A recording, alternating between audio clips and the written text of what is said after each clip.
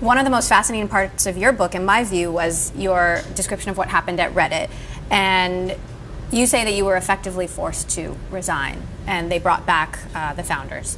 Steve Huffman came back as CEO. For the record, what happened at Reddit?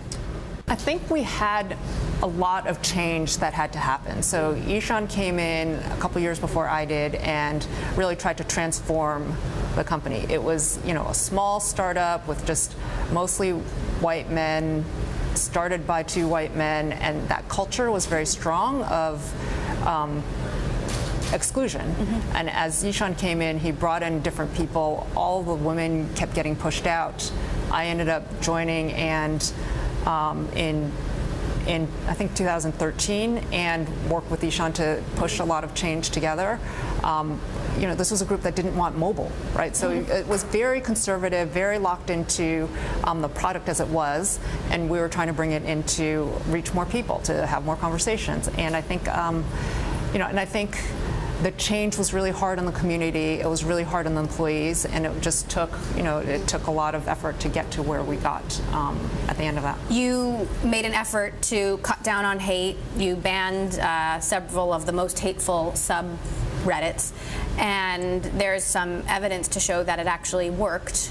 There's a study that came out that showed that they have significantly cut down on hate. Do you think that online harassment would be such a problem if more women had been involved in designing these systems in the first place?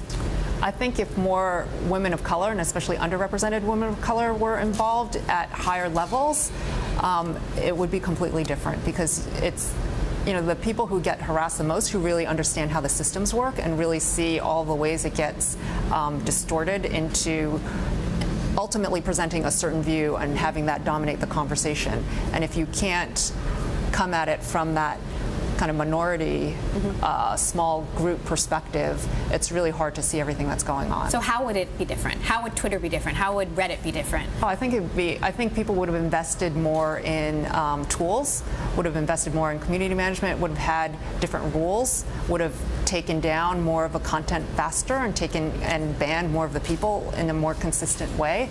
But it's hard when you don't put enough resources, because those problems scale with the user base. And if you're not putting in the frameworks and if you're not putting in the tools, it gets out of hand very quickly. How much hope do you have for Twitter? I mean, can Twitter at this point, 10 years in, get its harassment problem under control?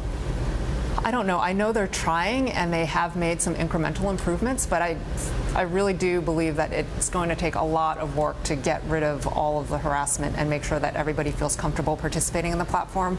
I think they should ban Donald Trump. I think that's a huge problem, that he has this behavior that's very counter to the terms of service, and yet he continues to be given this huge platform to dominate and to encourage more of the same bad behavior. So you think Twitter should ban Donald Trump?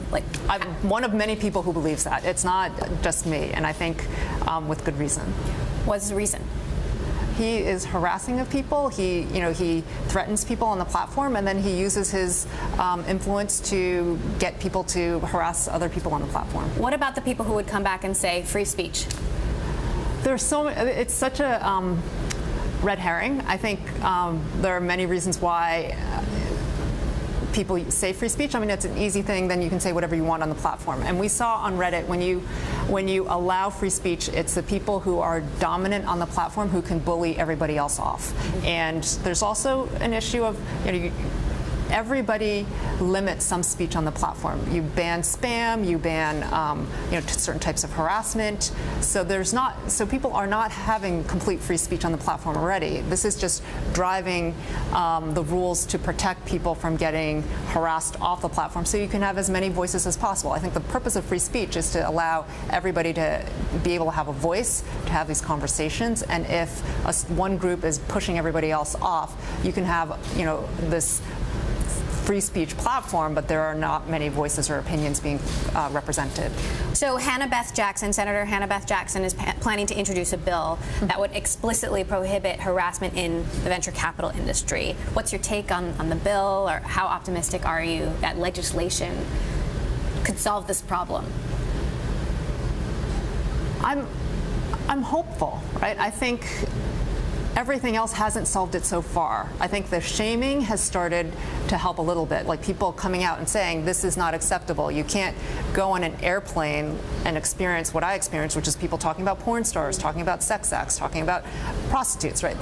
That's not acceptable anymore, and now you know that, so you should change your behavior. But I'm hearing it's not changing quite yet, so we need something else to help, and everything I think will help, but I don't think that's going to be the one thing that prevents it, because these people do think that they're above the law. They don't think the law applies to them, so you need to keep pushing that public perception and pushing, and telling the stories. I think the most impactful thing is all of these women telling their stories. On that last note, you mentioned the porn-obsessed CEO. We saw that also in the excerpt of your book. You don't mention his name. His name did come up in the trial. Why did you leave his name out? And what else did you leave out? I'm sure there's a lot that you didn't put in there for various reasons. I wanted the book to be as fair as possible. So with the CEO, I don't know him that well. Maybe he had an off day. Maybe he was goaded into doing something by Ted. I just don't know. So I didn't want to have this one incident kind of this one experience for 5 hours be the way that I portrayed him to the whole public. I think I tried to be fair. I tried to keep people's families out of it. I've tried to, I had a friend, and our view was like no collateral damage. So these, you have the people who are the protagonists and who are the main people that I interacted with and who held me back and who are holding a lot of other people back. And they were the people I wanted the story to focus on.